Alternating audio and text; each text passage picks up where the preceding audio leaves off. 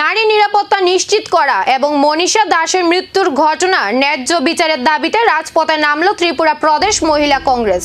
এই দাবিকে সামনে রেখে রাজধানীতে বিক্ষোভ মিছিল সংগঠিত করে সংগঠনের নেত্রী ও কর্মীরা। মিছিল চলাকালীন আন্দোলনকারীরা নারী নিরাপত্তা জোরদার করা এবং মনীষা দাসের মৃত্যুর ঘটনার নিরপেক্ষ তদন্তের দাবি জানান। তাদের বক্তব্য, ঘটনাটি প্রকৃত সত্য উদ্ঘাটন করে দোষীদের বিরুদ্ধে কঠোর ব্যবস্থা গ্রহণ করতে হবে। পরে মহিলা কংগ্রেসের একটি প্রতিনিধি দল পুলিশের মহানির্দেশকের কাছে ডেপুটেশন প্রদান করে। সেখানে দ্রুত, স্বচ্ছ ও নিরপেক্ষ তদন্তের মাধ্যমে ন্যায় বিচার নিশ্চিত করার দাবি জানানো হয়। কর্মসূচিতে উপস্থিত ছিলেন ত্রিপুরা প্রদেশ মহিলা কংগ্রেসের সভানেত্রী সর্বাণী ঘোষ চক্রবর্তী সহ সংগঠনের অন্যান্য নেতৃবৃন্দ।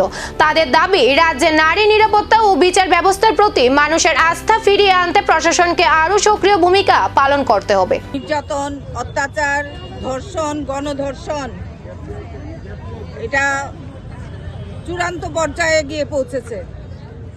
তার মধ্যে বিগত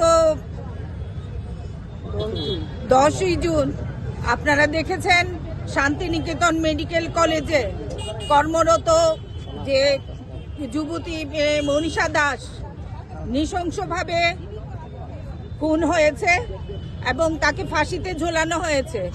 আমাদের আরক্ষা দপ্তরের লোকজন এবং মহিলা কমিশনের চেয়ারপারসন তথা বিজেপির মহিলা কমিশনের চেয়ারপারসন বলবো আমি, কারণ উনি কোনো রকম তদন্ত ছাড়াই এটাকে নিছক আত্মহত্যা বলে চালিয়ে দেওয়ার চেষ্টা করেছেন। এটা কার স্বার্থে?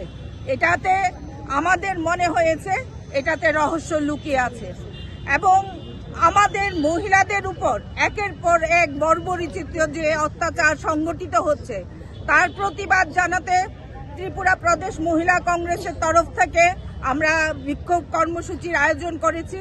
শুধু ত্রিপুরার মহিলাদের উপর নিরাপত্তা এবং সুরক্ষার জন্যই না, আপনারা দেখেছেন বিজেপি সরকারের আমলে বিভিন্ন সংস্থাগুলি যে আমাদের শিক্ষাক্ষেত্রে ছাত্রছাত্রীদের যে বিভীষিকাময় দিন নেমে এসেছে তার খেসারত দিতে হচ্ছে আমাদের ছাত্রছাত্রী। মনীষা দাসের মৃত্যুর রহস্য ঘিরে বাড়ছে প্রশ্ন। এই ডেপুটেশনের পর কি তদন্তে আসবে নতুন গতি, নাকি আরো গভীর হবে রহস্য?